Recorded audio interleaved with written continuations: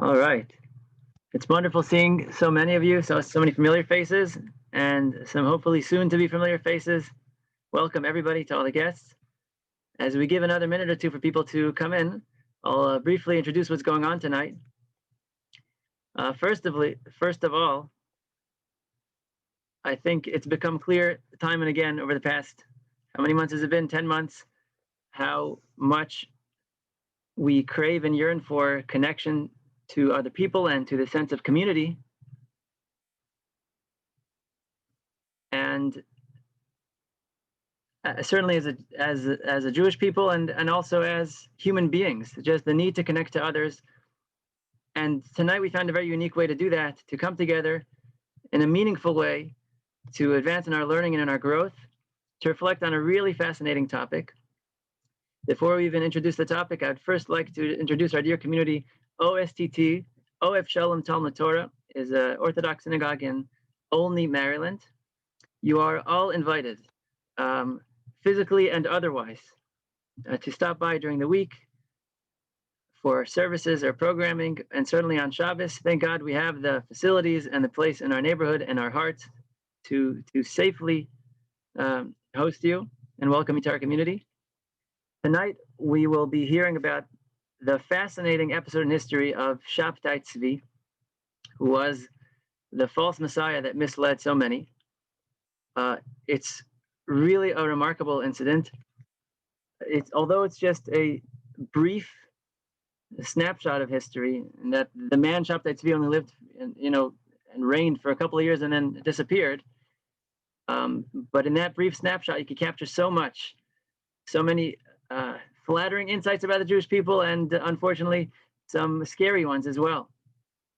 On the one hand, we see the tremendous commitment and faith to the concept of redemption, even though it was just, a 1,000-year-old and older rumor.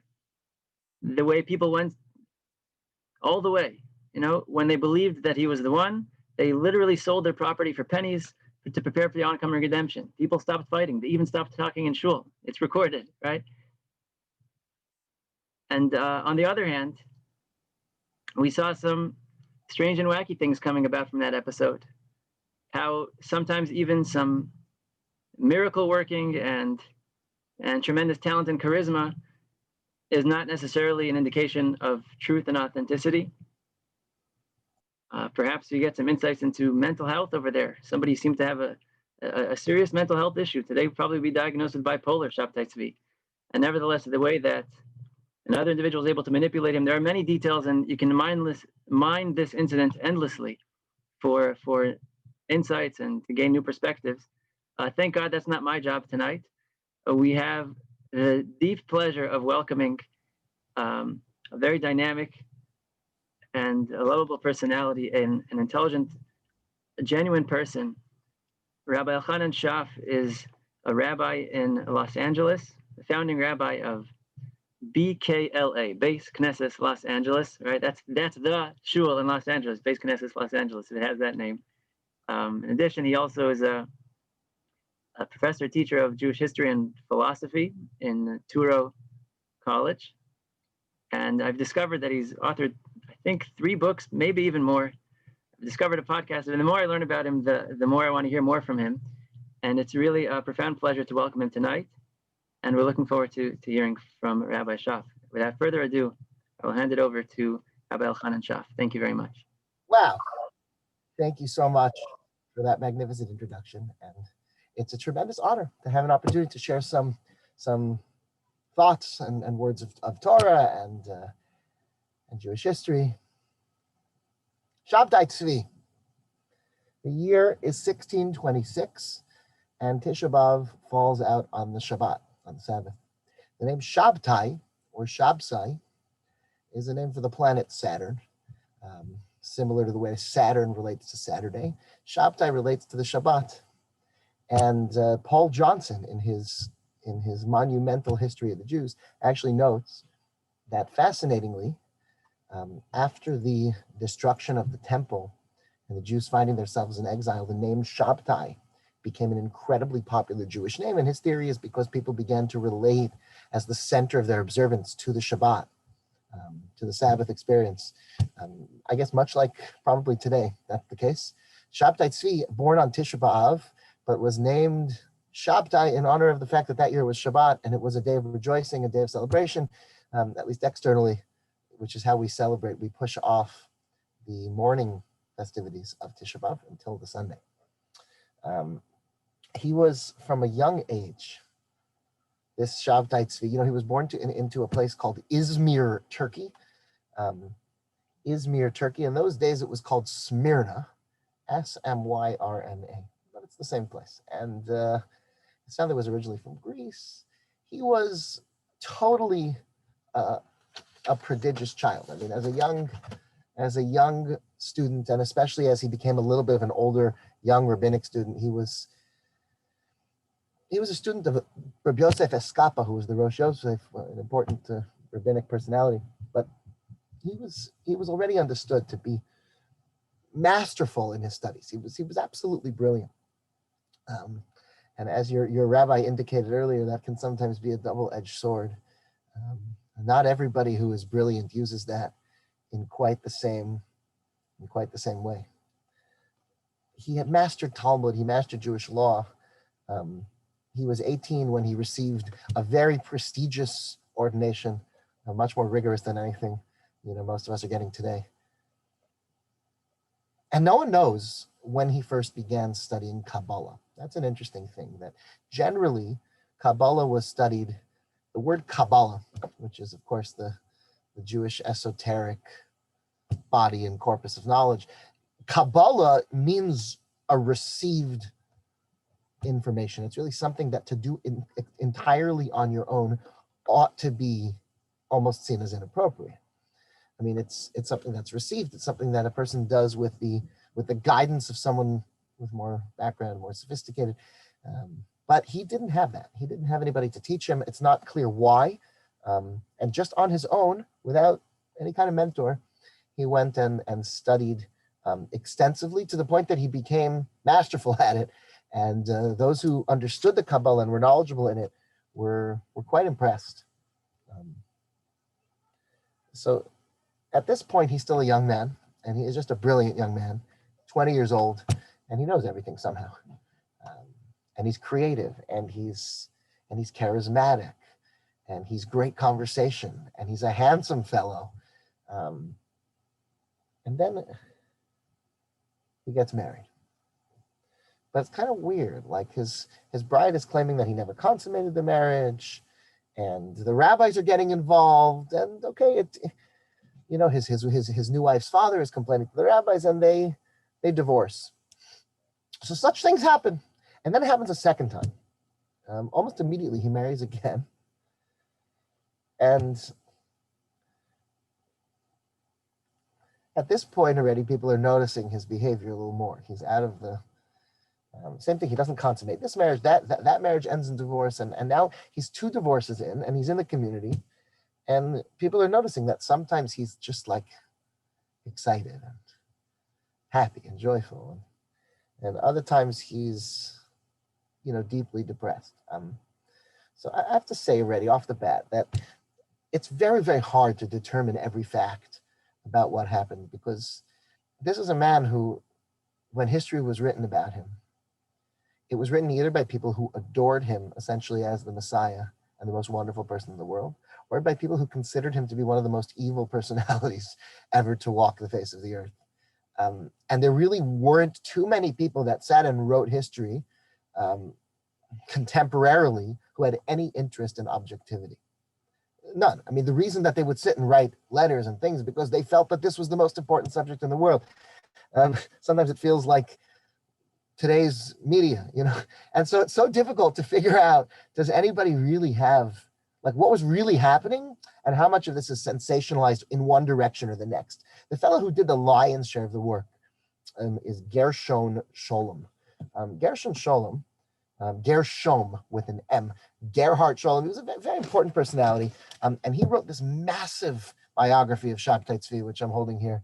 And he really revived the subject, which was sort of known quietly, down to every single day of significance within his life. What happened on that day and how did it go? And because of that, it's hard to argue with him. Even those who do argue with him on specific subjects go to great lengths to tell us that, of course, I would never say a negative word about Professor Shoff. We rely so much upon him. So one of the things he's famous for is diagnosing Shabtai Tzvi with manic depression. He says it, he clearly was manic depressive. It's interesting to say. It's hard to know for certain that that's the exact accurate diagnosis. I've seen others since then who've suggested, well, maybe it's bipolar, maybe it's this, but I mean, anybody who would actually diagnose a living person based upon the sort of documentary evidence from a distance would be a quack.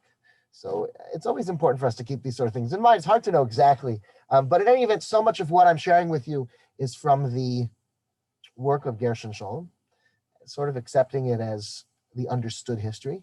I'm not a scholar in the sense of having produced anything original in this field.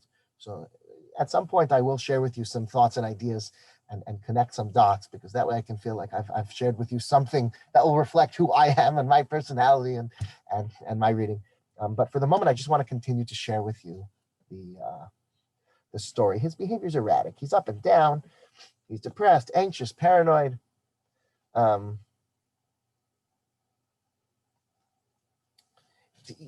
people who did not like him, they obviously understood him to be completely crazy. Just completely crazy with his behavior. And we'll see more about that. I want you to see some more examples of this crazy behavior. To people who loved him, it just showed to the fact that somehow the weirder a person is, the more divine and holy they are. I mean, we already knew that they were different, and now we see from the fact that they're doing these strange behaviors. Just as an example, he would often stay awake for days without food, having visions of some kind. If you believe that those visions are authentic and he's really not eating for days at a time, it's kind of impressive. He's ascetic and he's understanding. And if you don't, then you interpret the same thing. And he would disappear strangely for weeks at a time and no one knew where he had gone. But despite these strange disappearances, he had all these supporters and they refused to acknowledge that there was anything wrong with him. So this is long before anybody discussed the word Messiah or anyone discussed any sort of pretensions that he had. He was just an interesting, reclusive, brilliant fellow who clearly attracted around him excitement, confusion. Okay, one other really interesting thing is that it seems that he would go from meticulous observant Jew to flagrantly violating the laws of the Torah. And you find in the writings of his supporters an expression, Maasim Zarim, bizarre behavior, strange actions. And the Jewish leadership in the town of Izmir eventually made the decision to expel him from the community. They felt that not only was he hurting himself, but that he was such an influential personality, they couldn't allow him to continue to be in their community. And his influence was just too bad. And in 1651, at 25 years old, that was it. Goodbye. You may not be in Izmir anymore. Now,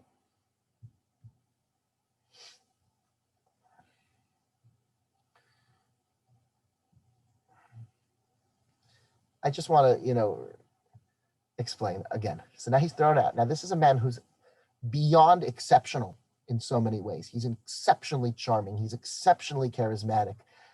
It seems that he was very musically talented, which we'll find out more about later when he did an impromptu concert in the shul on a Shabbat morning once of a Spanish love song. He was, it sounds like, besides for being extremely handsome and all these other things, he was also extremely kind and generous of spirit. Like he was just he was diplomatic and he was a brilliant conversationalist. He spoke many languages.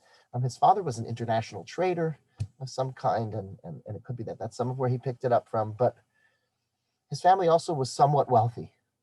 So he essentially had a lot of access to people and places and things. anybody who met him was impressed by him, right? Or was taken by him. You couldn't miss him. It also meant that people were often blinded to his weaknesses because he was just so in your face impressive that you didn't necessarily get to know him himself so much, or perhaps his mental illness. I mean, it seems that people didn't catch that. He went to Greece when he was, his family was Greek originally.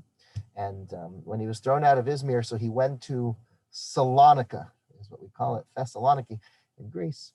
And he befriended all the local rabbis. And, he was, but it didn't last very long. Within a few weeks, he started to act in a strange and bizarre ways.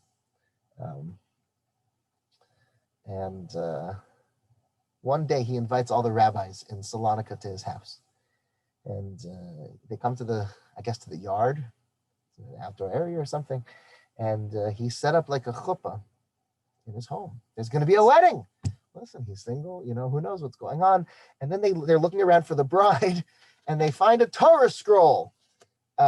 He's going to marry a Torah in a proper ceremony with the blessings, with everything. And he goes ahead and does this. And all the rabbis are there and they're kind of horrified by this. This is unprecedented. And they, without quite the same pomp and ceremony, they managed to evict him from Salonika. And suddenly he's gone, and after a matter of days, and he winds up in Athens and here and there. But 1658, he makes a reappearance in Turkey, this time in Istanbul, which was then Constantinople, as you know from the song.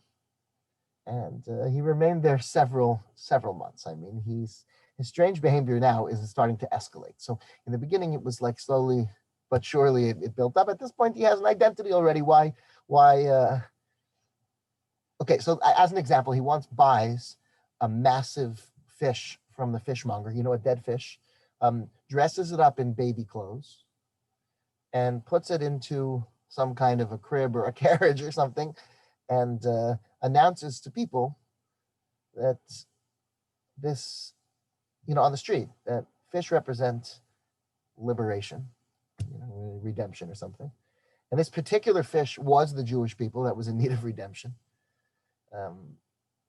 And that gathers a crowd. When people do things like that, that's they didn't have all that much going on that could top that. And so these sort of behaviors, then suddenly he says, okay, we're having a week-long festival. And over the course of 7 days, what he did is he celebrated within those 7 days every major Jewish festival. So first he has Rosh Hashanah and Yom Kippur, Sukkot, Pesach, Shavuos, all the different Jewish holidays. He celebrates with all of their rituals. He picks up a lulav and makes a blessing on the lulav when that's the right time. And I don't know if he dipped the apple in the honey, but I mean, he really went all out with his holidays in a row. And again, this is against the Torah. It's not an appropriate thing to add mitzvahs or to make blessings at the wrong time or all this sort of behavior.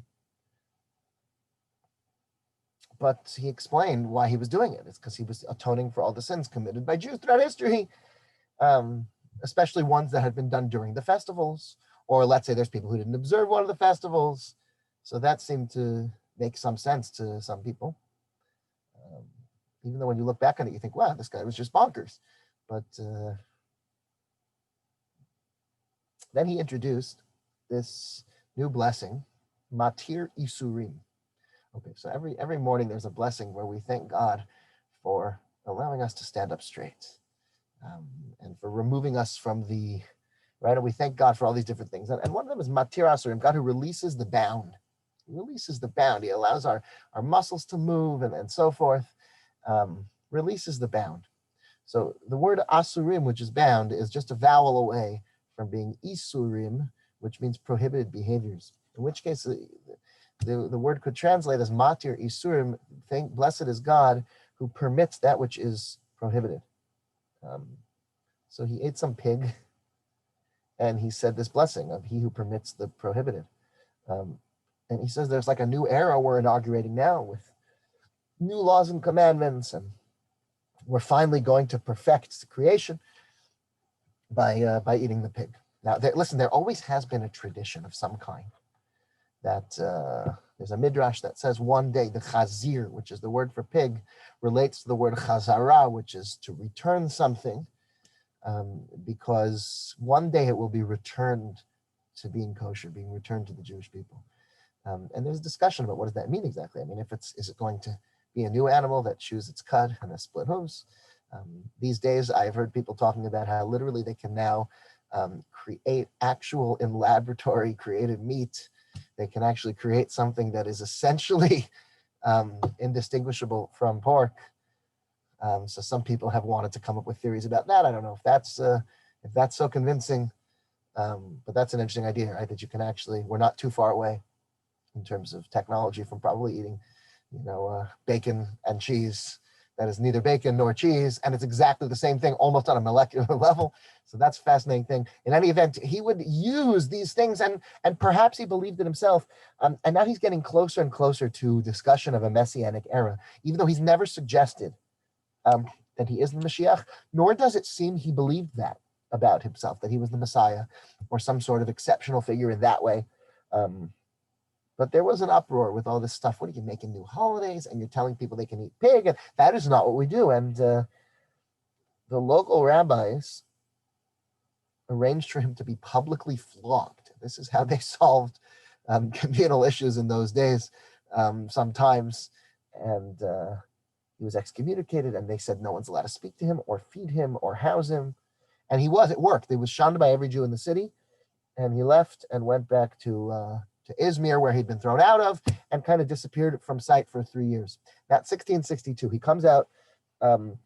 Somehow his confidence is back, and he's off for the land of Israel. On the way to Israel, he stops off in Egypt, and he becomes very friendly with rabbis and leadership, as always. Whenever he shows up somewhere, he makes quite favorable impressions in the beginning. A few months after that, he winds up, after impressing the community, I mean, it seems that that's the historical record, he winds up in Jerusalem. And he's so successful in Jerusalem that they realize this is someone who can help us. This is somebody who's charismatic, who goes into communities and makes a great impression. Why don't we send him back? So they sent him back to Egypt to raise funds for them. In Jerusalem, this was always what was necessary. They had the shadars, the shluchai d'Rabbanan. They would send people out to collect money for the needy in Jerusalem, who really could never find a way to support themselves of any kind. But it was so important to world Jewry to maintain a presence in the holy city that they would send these rabbis out. Shabtai was the guy, and they sent him back to Egypt as their official representative to raise money for them.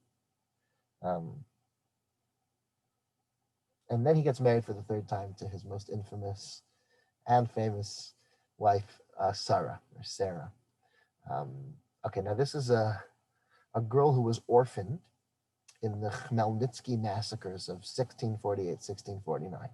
So this is the major uprising, the Cossack uprising. And I mean, according to some estimates, it was a third of European Jewry that was wiped out. It's not clear if that's even close to being true, but it had a Holocaust-like level influence on people.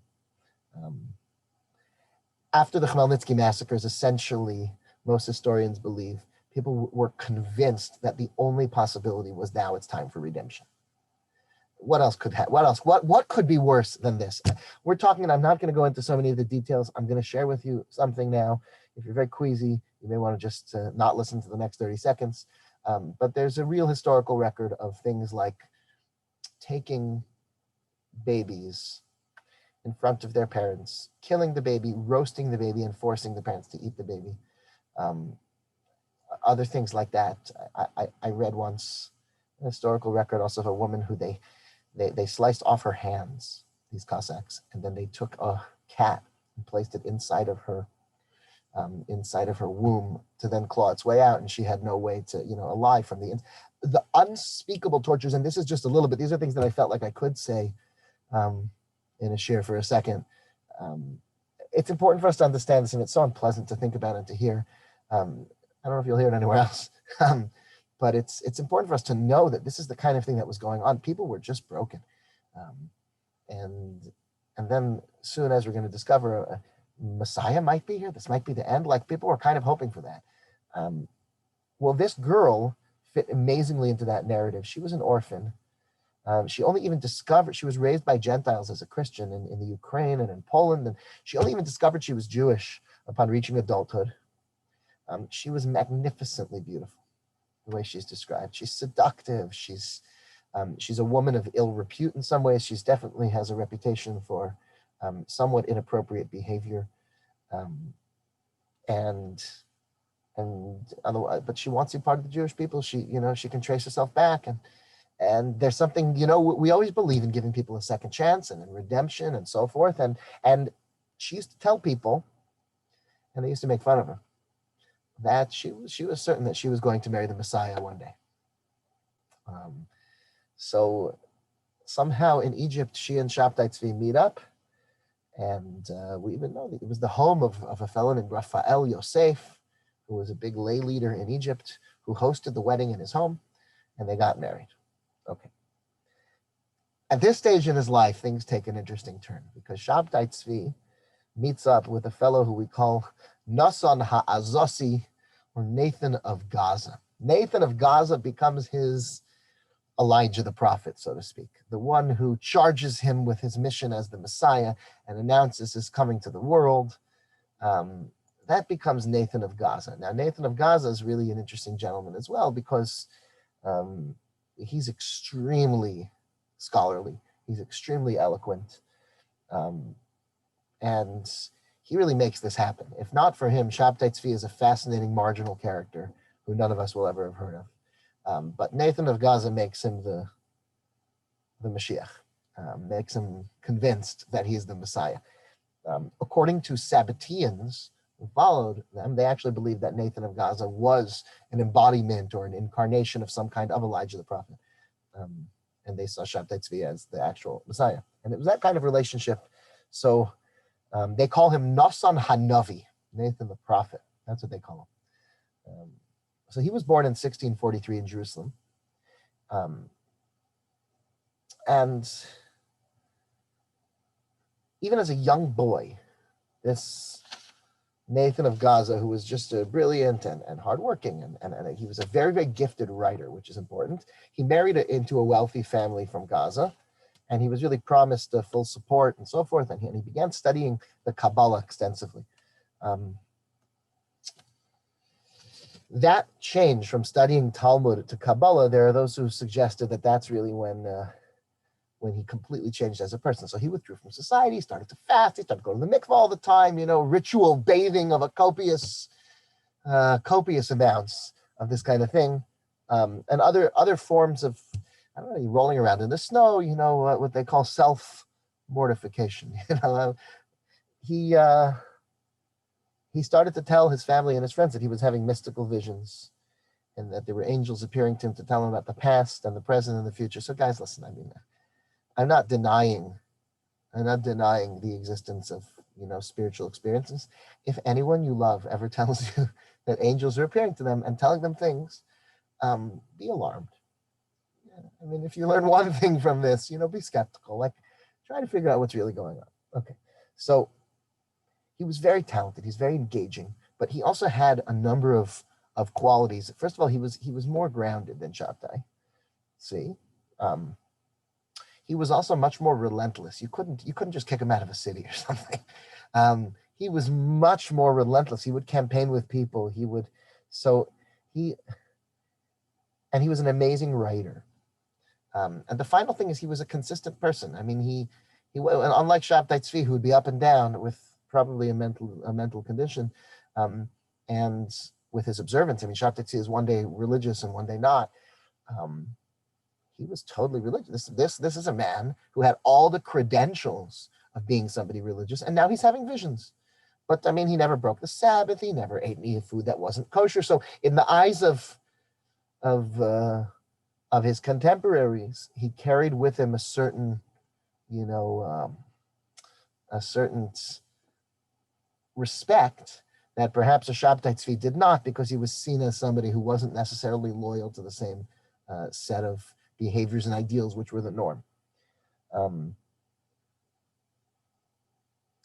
guess you see from here that somebody can be observing every detail every detail of the Torah in an exceptional way, and nevertheless be so crooked inside that they wreak havoc on the Jewish people. That's always a good lesson too. He was also a very systemic and systematic. He was a thinker who could organize things. It wasn't just one idea here, one idea there. But I think the most important thing in the beginning was the fact that he was such a good writer. And so the only thing Shabtai Tzvi had ever done until this point right now, let's just be honest, is attracted attention for bizarre behaviors. That's the only thing he's done with his life. That's not enough.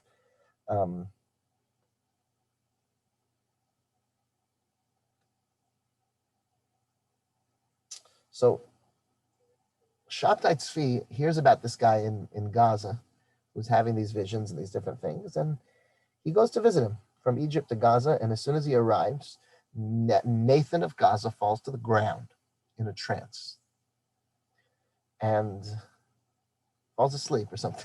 He wakes up and he says, "You have a precious and unique soul. You're the Messiah." And Shabtai Tzvi started laughing, and he dismissed it completely. But Nathan of Gaza never gives up on anything. So it sounds like for 3 weeks, he did nothing but pester Shabtai Tzvi to accept what he was telling him and concede that he was indeed the Messiah, destined to lead all the Jews from the four corners of the globe back to the land of Israel, rebuild the temple and so forth. And he took him around the land. So he took him to Jerusalem and to Hebron to pray at all the holy sites. And all the time he's telling him, listen, pray on this, think about this. This is definitely true. Shabtai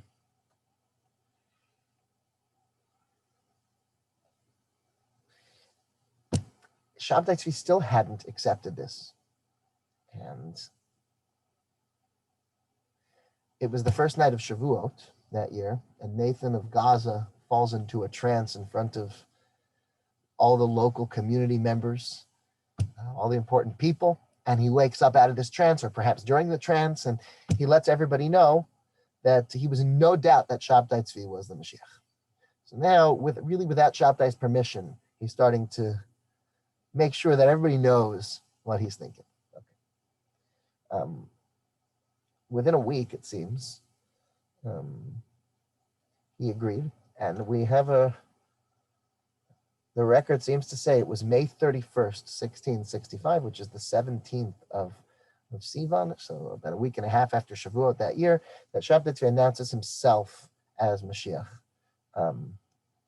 His first act as the Messiah was to say, now that I'm here, you don't have to fast on the 17th of Tammuz. The 17th of Tammuz is a fast day for the destruction of the temple. It's one of the minor fast days. It's not Tisha B'Av or Yom Kippur, but it's really something to cancel a fast day. And it was indeed in Gaza. They didn't just eat; they recited Hallel. They had live music. They had singing and dancing.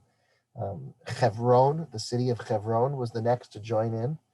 The community there knew Shabtai Tzvi a little bit, but they didn't know him so well. But in Jerusalem, they knew him well, and the rabbis didn't believe it for a second. And they knew this Shabtai Tzvi, and they even sent him to raise some money for them in Egypt. But for a minute, they didn't believe he was Mashiach. And when they got there, they were just really ridiculed. I even saw someone once bring that he left, you remember, as a shaliach, and now he's back as the Mashiach. That's what the children would laugh at him. They would say it when they skipped rope or something. I don't know what they did, but they would chant, Yatsa Shaliach Hazar Mashiach. He went as a shaliach, someone to go raise funds, a schnorrer, and he's back as the Messiah. I mean, nobody believed it in Jerusalem. He even tried to go onto the Temple Mount and bring a sacrifice. But the Ottomans, I mean, even now you can't go pray on the Temple Mount. You could go visit if your rabbi will let you. I mean, most rabbis are not so keen on that, but there's some who are. But there's actually a law now that you can't pray on the Temple Mount still. So this has been going on for a while, and they couldn't go and he wanted to bring a sacrifice, And the Jewish leadership was not happy about him trying to start trouble with the Ottomans. They were also not pleased with how they thought he misappropriated money that he had collected on their behalf. So he raised the money essentially by using their name, and then he started using the money. Well, he's the Messiah. I mean, he needs the money for his things. And there was a party that he made where he cooked and served non-kosher meat and recited his new invented blessing of Matir Isurim. And Rabbi Yaakov Chagiz, whose son was a famous, relentless campaigner against Sabbateans, Rabbi Moshe Chagiz, but Rabbi Yaakov Chagiz himself was no friend. So he arranged that the rabbis of Jerusalem would get together and unanimously excommunicate Shabtai Tzvi. Okay, so they never returned to Jerusalem. Now, the rabbis of Jerusalem were not satisfied with just expelling him. At this point, they were very concerned with these two fraudsters who they saw as, and they began to write letters to dozens of letters, some of which are still extant, to communities around the world. And they were hoping essentially that other people would just follow them. These guys will come, you'll throw them out too, just like we did. But no one else had such an easy time. After they were evicted from Jerusalem, they decided to split up.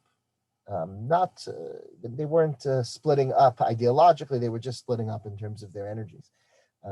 And Nathan of Gaza began this propaganda campaign where he wrote letter after letter after letter, essentially to be a door opener for Shabtai Tzvi all around the world. So he's back in Gaza, which is now like this official holy city of Sabbatean, Judaism. It's like their Jerusalem, essentially. Shabtai Tzvi is headed back towards Izmir, where he came from, back to Turkey. He stopped in any town on the way that had a Jewish community. And he was enthusiastically welcomed everywhere.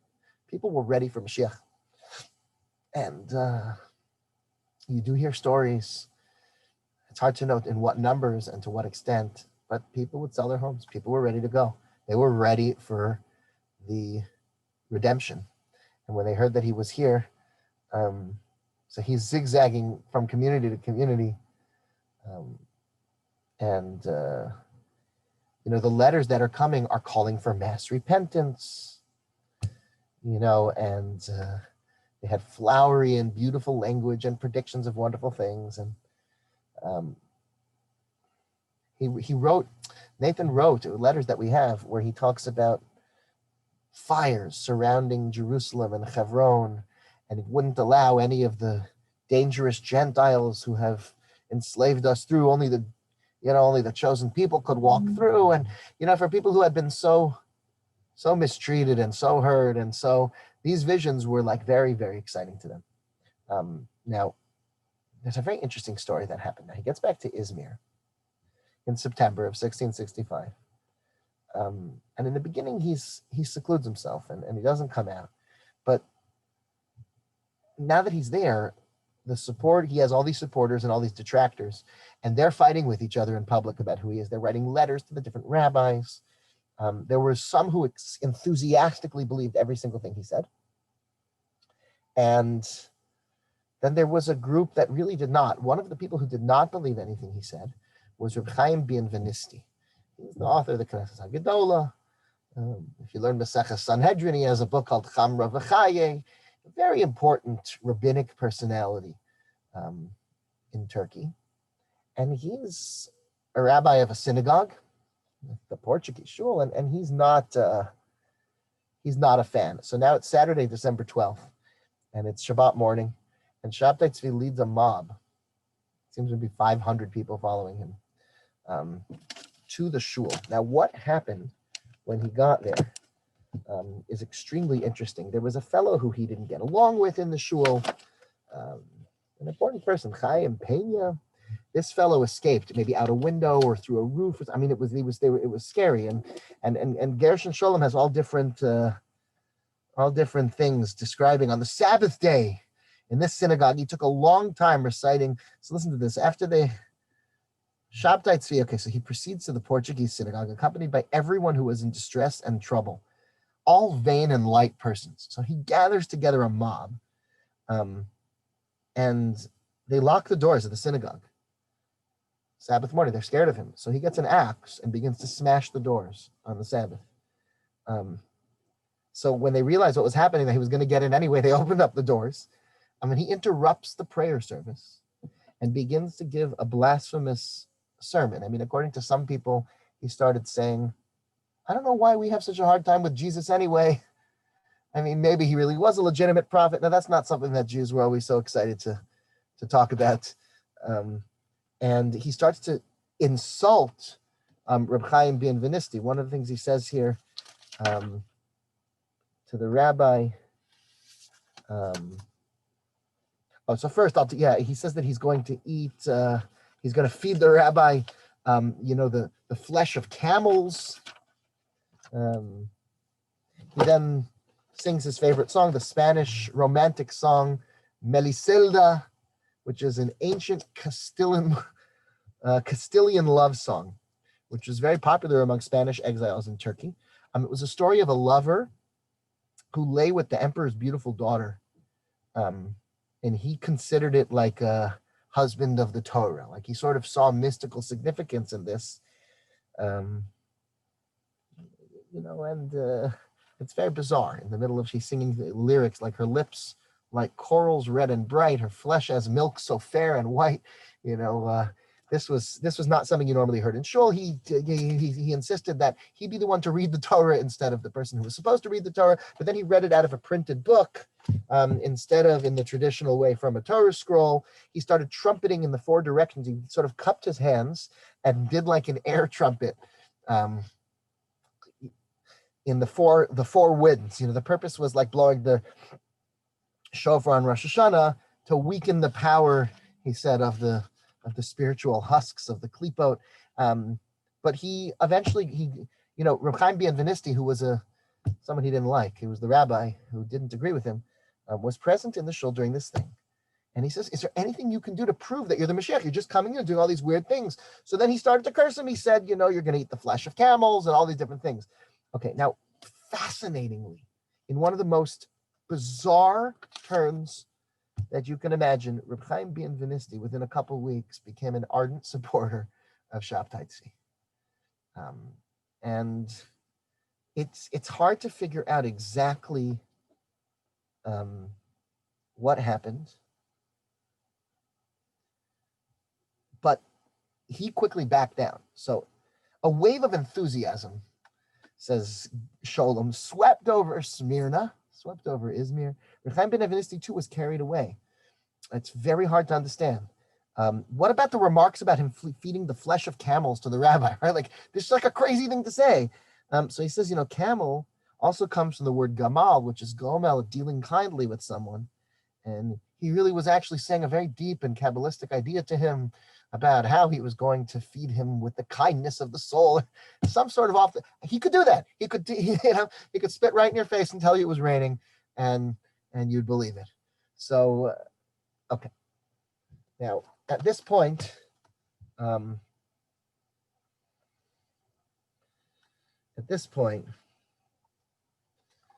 we're getting close to the end of his story because led by their chief rabbi now, a lot of people who didn't believe were now completely marginalized. I mean, they were, there was a fellow another rabbi in town named Rabbi Aaron LaPapa. And he had to hide out in his house. He couldn't leave his house. I mean, he was afraid for his life because he was just clear about the idea that this is a madman. And now he's starting to say, listen,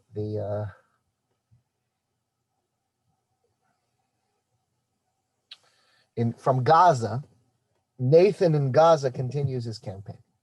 So now, throughout the Jewish world, there are believers popping up everywhere. And with the excitement growing, Shabtai Tzvi decides it's time to go to the Sultan and let him know that he's Mashiach, and we expect your cooperation in all the Jews, leaving behind their positions and businesses and so forth. And it's 1666, 1666. He set sail for Constantinople. It's supposed to be a 10-day journey. The winds are not favorable. It takes about a month to get there. And this is a massive thing. I mean, the Shabtai Tzvi is on the way, and they have a month to prepare. They realize this is coming. They don't even let him get off the boat. They send out some government ships to the boat and arrest him before his boat even docks, announcing that you're the Messiah of the Jews, the King of the Jews, and so forth, is essentially treason.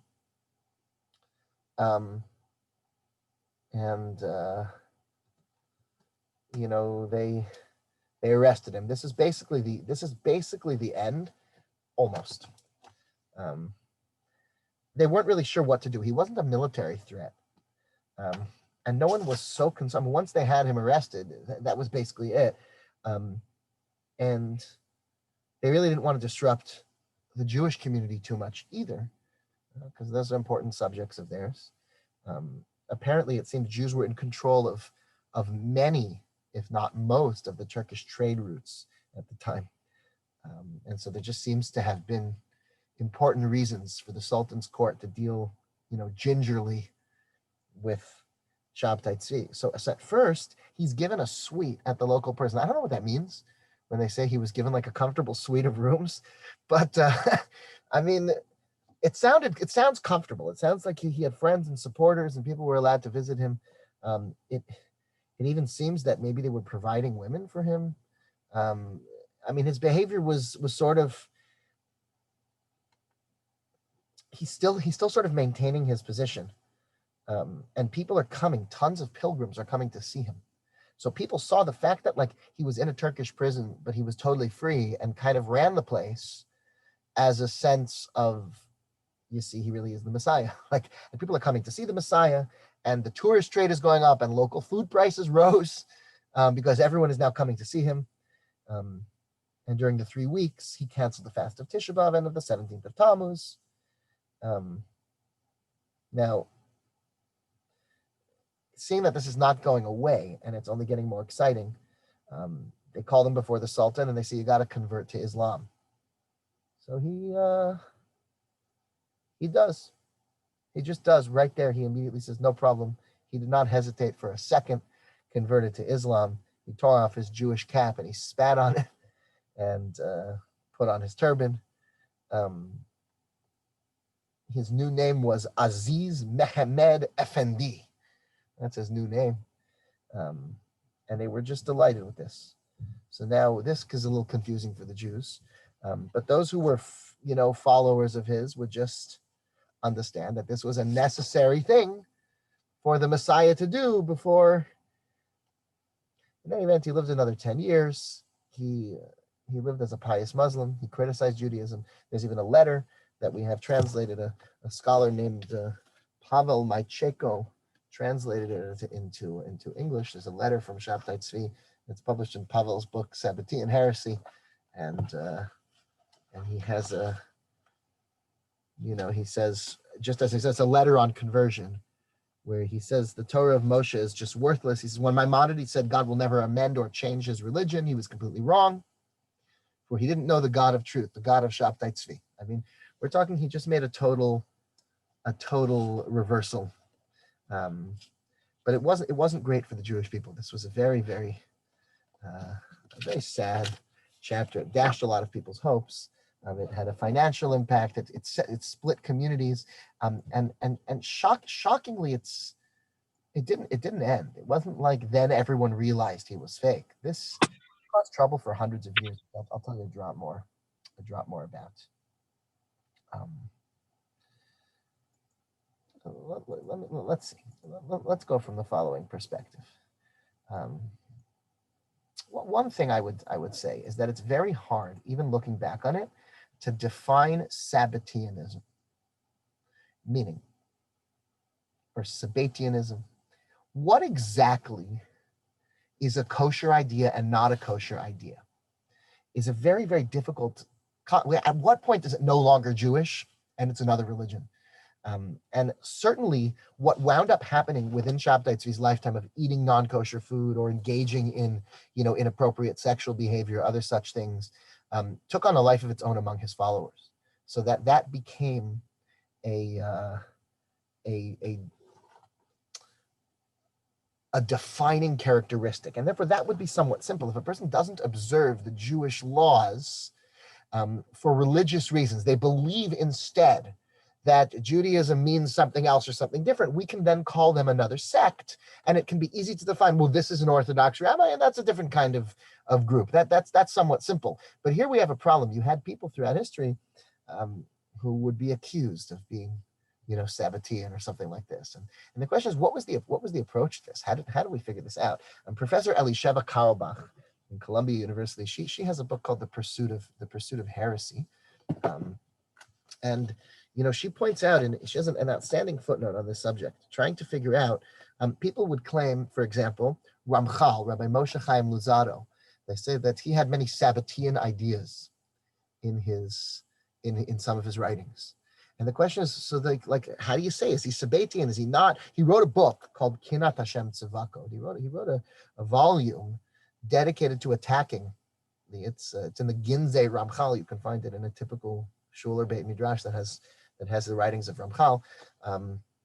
Luzzatto writes in there very viciously against Sabbateanism and to show why it's a mistake and why. But there are ideas that people associate with, redemption through sin. That sometimes through sinning, a good thing can come out of it and be the right thing. This took a hold on people. These ideas that may have either started within Sabbateanism, I should really say, or maybe they started elsewhere in Judaism and were co-opted there. It's not really so clear. But what Nathan of Gaza and Shabtai Tzvi were teaching and what they were pushing are ideas that have not disappeared even until today, actually.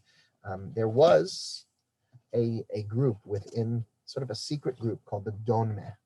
The Donmeh is a name for a secret society within Turkish Judaism that sort of accepted Shabtai Tzvi as the Messiah, even after he died. I don't know exactly what that means. They think he's going to come back to life. Do they think he was the Messiah? And they adopted all kinds of practices, and they published nothing. I mean, they kept it a tremendous secret. There's a fellow who wrote a really interesting book about that as well, called Ruvain Alpert. He wrote a book called Caught in the Crack. And this fellow, the subtitle is Encounters with the Jewish Muslims of Turkey. He traveled in the last, 20, 30 years or so, and went to Turkey to try to meet people. So he has an appendix in his book that's extremely interesting. And he says that for 2 centuries, no written artifact of the Donmeh ever leaked to the outside world. And then it happened. There was a break. So in 1900, the story was one of the Donmeh gave his garment to a tailor to repair a tear. The tailor found in the pocket of the garment a piece of paper with writing on it. And one of the tailor's friends saw the writing and sensed the importance and ran to the home of the fellow named Sadi Levy, who was the publisher of 2 newspapers. He made a copy of the note, which he kept for himself. And here's what was published in the paper. It was a prayer called Rekibir Ta'anit, a prayer for a voluntary fast that they would say before fasting. And it says, in the name of the Lord God of Israel, who resides in the glory of Israel, 3 knots of faith that are one, God of our master the king, Shabtai Tzvi, our king Messiah, our Redeemer, the true Messiah, may his majesty be exalted.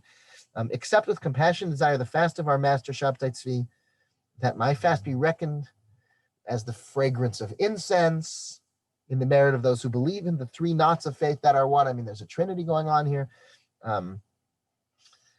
This really continued. This really took a hold on people. I'll tell you another interesting story. There was a fellow named Rabbi Yehuda.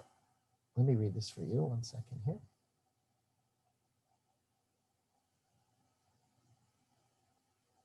Rabbi Yehuda Fataya. So Rabbi Yehuda Fataya was born in 1859 in Baghdad, and he died in Jerusalem in 1942. And he writes in his Minchat Yehuda, in what's considered a mainstream rabbinic work, that he had a dream at one point. There's a book called Chemdat Yamim. Chemdat Yamim is a book filled with Kabbalistic ideas that was very, very well accepted in the Jewish community. According to some people, it was written by Nathan of Gaza. According to others, it's written by another Sabbatean person, and according to others, it's all completely kosher, that itself is incredible. that you can have a work that some people are saying is just so bad and others are saying is completely legitimate. That's fascinating. That's a fascinating thing. I mean, so in any event, he described falling asleep and suddenly appears to him in the dream none other than Nathan of Gaza, who tells him, listen, I want you to accept Shabtai Tzvi now. He's the Mashiach, and I'll teach you the whole Chemdat Hayamim in 1 second, and so forth. And he starts to explain to him that I really only wrote this amazing book, Chemdat Yamim. So according to this dream that Yehuda Fataya is having, Shabtai Tzvi, his friend Nathan of Gaza, is the one who did write Chemdat Yamim. And he says, listen, it's very important for you to accept Shabtai Tzvi now. The whole reason I wrote the book is to really introduce the true ideas of Shabtai Tzvi to people, but I couldn't really do it unless I wrote a book that was unimpeachable in its nigla and nistar, and its knowledge of the regular Torah. Now, I just want to point out to you, Reb Chaim Palagi and other very great rabbis from Turkey, who have unimpeachable credentials, accepted the Chemdat Yamim and loved it and so forth. What do I take from this story? And he says, he tried so much in this dream to pull me in that I should accept Shabtai Tzvi as the Messiah. I mean, this is in the early 1900s. There was a rabbi, is what I'm telling you, in the early 1900s, who was battling whether or not to accept Shabtai Tzvi as an important figure in his religious experience. And obviously it sounds like he won the battle here and never seriously considered it. That is astonishing. That's like the pull that this had on people was amazing. And I want to maybe point out just two observations of my own before we finish. One is, there's a teaching of the Abarbanel. Abarbanel has a commentary on a Chumash. It says in Deuteronomy chapter 4. Look, Hashem says, God says, I've commanded you both mitzvahs that are chukim, mysterious. There are mitzvahs in the Torah that are just mysterious why you ought to do them. Mitzvahs that don't seem to make any sense. The red heifer and other such things. And then there's mishpatim that are reasonable mitzvahs. And I want you to do them. Ushmartem va'asisem. You should observe them and perform them. For this is your wisdom and your insight in the eyes of the rest of the world. When they hear kol hachukim ha'ela, when they hear about all these mysterious mitzvahs that are just hard to understand, they'll say, rak am chacham v'navon hagoy hagol hazeh. They'll say, what a wise and intelligent nation this is. It's not when the Gentiles will see people who are doing rational things. The verse says it's when they even see people who are doing things that would otherwise seem irrational. They're taking leather boxes and they're tying them to their head, and they'll say, that is a wise nation. It says Abarbanel. Abarbanel was thrown out of Spain in 1492. Yitzchak Abarbanel, so he says, anything that a person does which doesn't seem to make logical sense, he says there's two ways that people will look at that person. Either they'll see the person as a total imbecile, shotev v'sachal, right? Because he's doing something very silly. But if they see that in the end, me'oto poel yemashech tova gedola, when they see that from that behavior, really amazing good things come out of it. V'toelet atzum. So then they will say to themselves, right? If there's a person who's curing diseases in a way that you wouldn't expect to work, but apparently you see it working, then you'll see them as so much wiser with their crazy behavior. The crazy behavior that they seemed crazy to you will actually seem wise. You see that with Shabtai Tzvi. We have here a letter from Joseph Halevi of Livorno, and he's writing to another rabbi who supported Shabtai Tzvi. And I just want to read you a few words. Listen to here's the translation to English. Tell me, dunce, are you quite certain you will have an afterlife for believing without any sign or miracle in a man insane who perpetrated one lawless act after another? In Izmir, he spoke the sacred name of God in the city streets. He taught the rabble and the children to do the same. He smashed his way into a synagogue on the Sabbath day to kill rabbis who did not believe in him. He closeted himself with a wife he had divorced after she had already remarried. He offered Passover sacrifice outside the temple.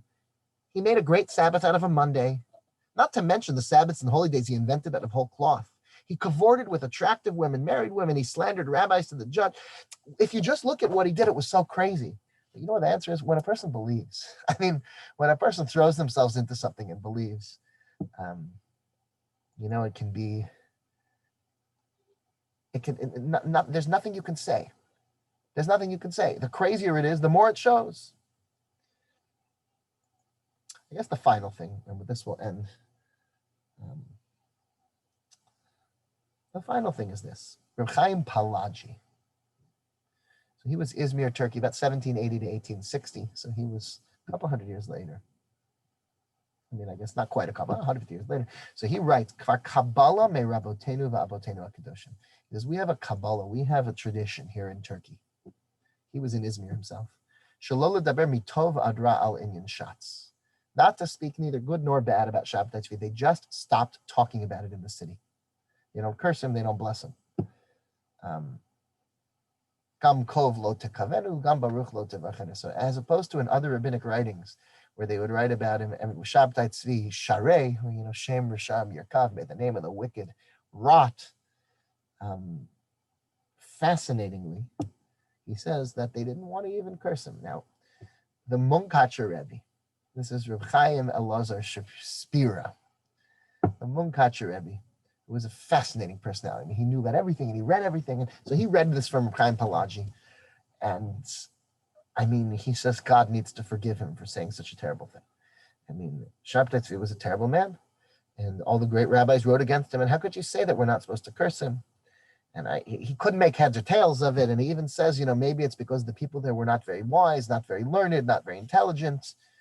He says, "Lo yu'uman ki yisuper she'ekazen nidpas meirav migadolei hasfardim lule reismin." He says, had I not read this with my own eyes, I would think that anybody who told me this was a filthy liar, that someone, a big tzaddik like Chaim Palaji, could have written this, and maybe it's a typo. He doesn't know what to do with it. I think there's an answer. I think there's something simple, and I think it's a good lesson also. There's another Hasidic sefer called Agra de Pirka. Agra de Pirka was written by the Rebbe of Dinov, from Tzvi Elimelech Shapiro of Dinov. He lived 1783 to 1841, so right around the same time as Reb Chaim Palaji. He says the following. He says he learned in the name of a tzaddik named Rabbi Nachum of Koretz that sometimes a person has to be very careful, even when you're fighting evil. Sometimes it's a good idea not even to mention the name of that evil. Don't mention it at all. Sometimes by acknowledging something, you give it power. He's talking metaphysically. I don't really understand what that means. And it reminds me of a time. There was a book that was written against Rav Moshe Feinstein of blessed memory. Someone wrote a book against him called the Man El Igros. And when this book was written, it spoke very ferociously against Rav Moshe Feinstein. So they went to Rabbi Yaakov Kamenetsky, who was a great rabbi at the time, and they said, would you be willing to pen a letter against this book? And he said, I won't. He said, because right now no one's heard of the book. And when I write my letter against it, I'm going to make him into a personality. I'm going to machtem amanda amar. I'm going to make him into someone with something to say. Sometimes even by fighting something, you give it a power and you give it a strength. And so maybe that historically that's what happened in Turkey, that it became necessary for the community to stop talking about this and just let it go away on its own. Somehow it hasn't really gone away. There's still people that are fascinated by this in a practical sense. But I think that lesson itself is a very important thing, especially today, when sometimes subjects are so difficult. Sometimes within family, when people want to talk, whether it's politics or whether it's other subjects, sometimes there are things that by discussing them, we are doing a disservice in many fields and in many arenas. And there are times to just let things die on their own. And that seems to be what they were perhaps suggesting in Turkey, rather than suggesting that this is because they considered that maybe Shabtai Tzvi was of some value. But you do need to understand that the Munkach Rebbe understood that's what they were saying. He did understand that. He understood that they were saying that this is still something that has a hold on people. And to this day, you can find evidence in the last, like we read Reb Fataya less than 100 years ago, where he was having a vision, where he was feeling a pull towards the Sabbatian ideas and things that we've just really scratched the surface. There's so much more to talk about. I'm really grateful for the opportunity to share a few minutes with you. So thank you, everyone, for joining us this evening. Thank you, Rabbi Ariel, for putting this together. It's an honor, and may you continue to spread the light of Judaism and Torah to all those with whom you come into contact. May OSTT go Mechail El Chayil, from strength to strength. So thank you, everybody, for your time and attention. It's been really an honor. Amen. Thank you so much, Rabbi Shoff, for that really unbelievable overview of quite a perplexing topic. The more I learn about it, the more confusing and strange it gets. Do you have time perhaps for a question or two? Yes, certainly. Great. I guess maybe I'll go first, just because I can. Number one is about the motivation, maybe, of the people who were involved in perpetrating this evil lie. Maybe you could say about Shabtai Tzvi himself that he was a bit crazy, but in terms of the Nathan of Gaza, here you have a pious man it's hard to fast, for so many days in a row. And what was driving him? Do we have any evidence? Were they trying to get money from people? Was it just the control they enjoyed? Look, I wish I knew an answer to that. It's very, very clear to me that people are not lab rats. They're so nuanced. There's this language from Rav Kook in the book Midbar Shur, where he says any two human beings are in so many ways unique from one another. They're almost like a different species. When you talk about the emotional and spiritual life of people, and therefore it's so hard to understand, at what point does somebody who begins with a delusion start to really believe in it completely themselves? In my own life, I've met people who became so convinced of falsehoods that they believed that it's not like if you cornered them, you could say, aha, I got you. You and I know that you're lying. He doesn't know anymore. So it's very, very hard when people are so invested in something to know at what point did he believe in the beginning? Did he believe all the way through? It seems that there was an almost fanatical belief, and I don't see any other benefit other than, you understand, like just sincere, fanatical belief. I can't find anything else that's clear. I don't see anybody who's ever suggested anything. So it's so hard to know. I mean, I feel like it's a very important concept within Torah and other things, that without deeply knowing yourself, you can't really know, are you motivated by arrogance or jealousy or something else? Because you can convince yourself that you're really sincere. It seems that they really convinced themselves that they were totally sincere, and I don't have any way to get into their internal world and figure out what was going on. The one thing I could say is that they both seemed to be doing things on their own. Shabtai Tzvi studying the Kabbalah on his own. Nathan of Gaza, going to these fasts and mind-altering type of behaviors, deprivation, and these different type of things. It's always worthwhile to stay, the one lesson, I guess, is stay close to your rabbis and friends and trusted mentors in terms of seeking enlightenment, because it's easy to go off the rails. Absolutely. Thank you. We have a couple of questions here in the chat. One is he'd like to know the references that you quoted, some of the books that you quoted, other than the one by Sholem. And the second question is, can you also speak about Jacob Frank, a later follower of Shabtai Tzvi in the 18th century? Yeah, I mean, I could speak about that. It would require another many. It would require. It's certainly Jacob. The Frankist movement was fascinating. It's sort of seen as a spiritual descendant of Sabbateanism, with more links to Christianity than Islam. And it really is a fascinating thing. It seems that those who are part of the Donma, like sort of the continuing groups that are continuing on the traditions of Sabbateanism, are often Frankists. Pavel Maicheko himself, who I mentioned, also has a great book called The Mixed Multitude, Erev, about which deals a lot more with Frankism and so forth. But I will share, I guess, in the chat now, the names of some of the books. So here's a Reuven Alpert who wrote that book, Caught in the Crack, and that's Encounters with the Jewish Muslims of Turkey. That's a harder book to find, but I believe it may still be available through its publisher, or wrote publisher.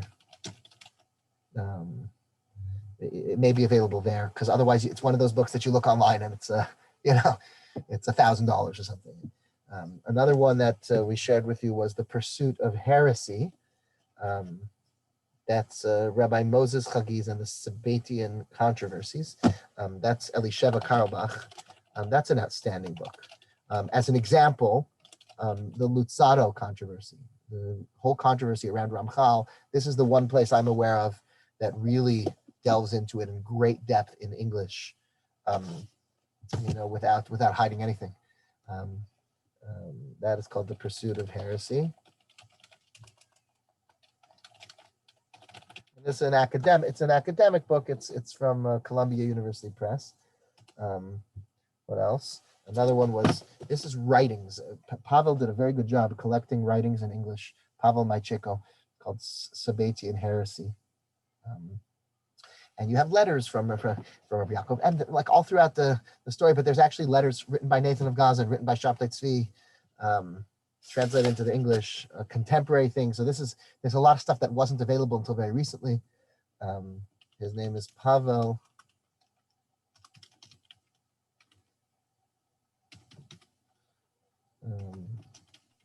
It's really remarkable. We feel even more indebted to the amount of sources you have to wade through just to pick apart the bare bones of such a crazy story.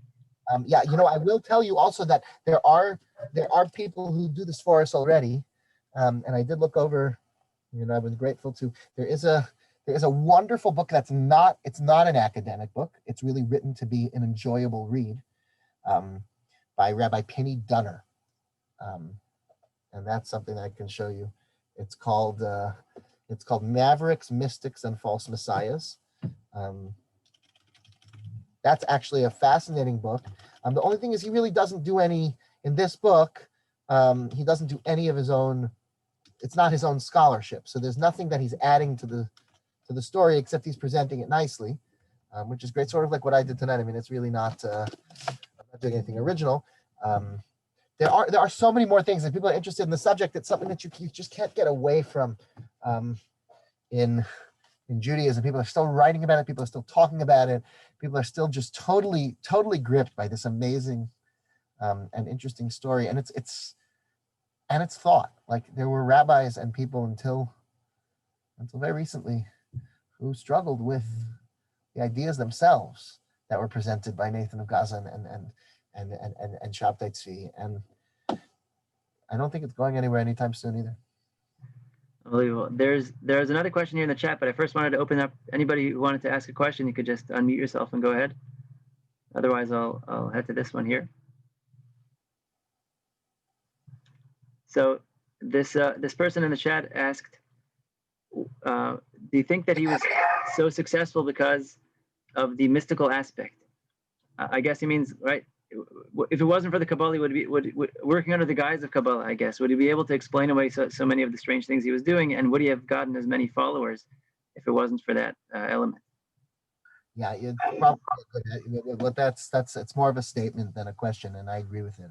I think that's probably the truth, that people have a desire to, for the mysterious and the unknown and the occult. Like, it really is something that does speak to people, and the wisest people in the world, the people that have the most amazing stories. I know that when it comes to great rabbis or others, like, if there's a story where they appear to have done something miraculous, or it's just so appealing to people, it's like really exciting.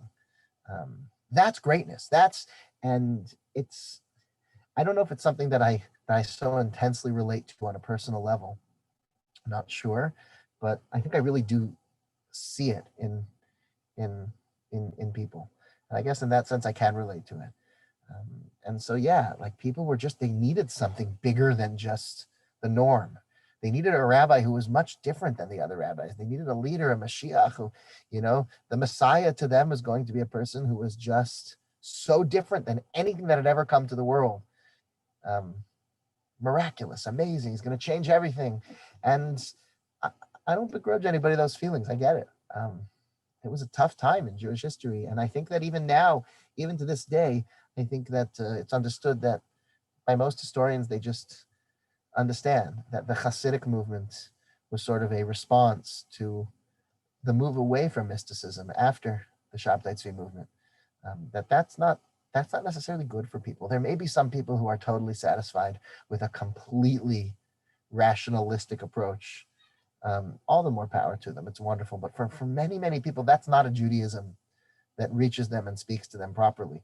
And it was necessary to find a healthy way to include mystery and Kabbalah and these sort of things within a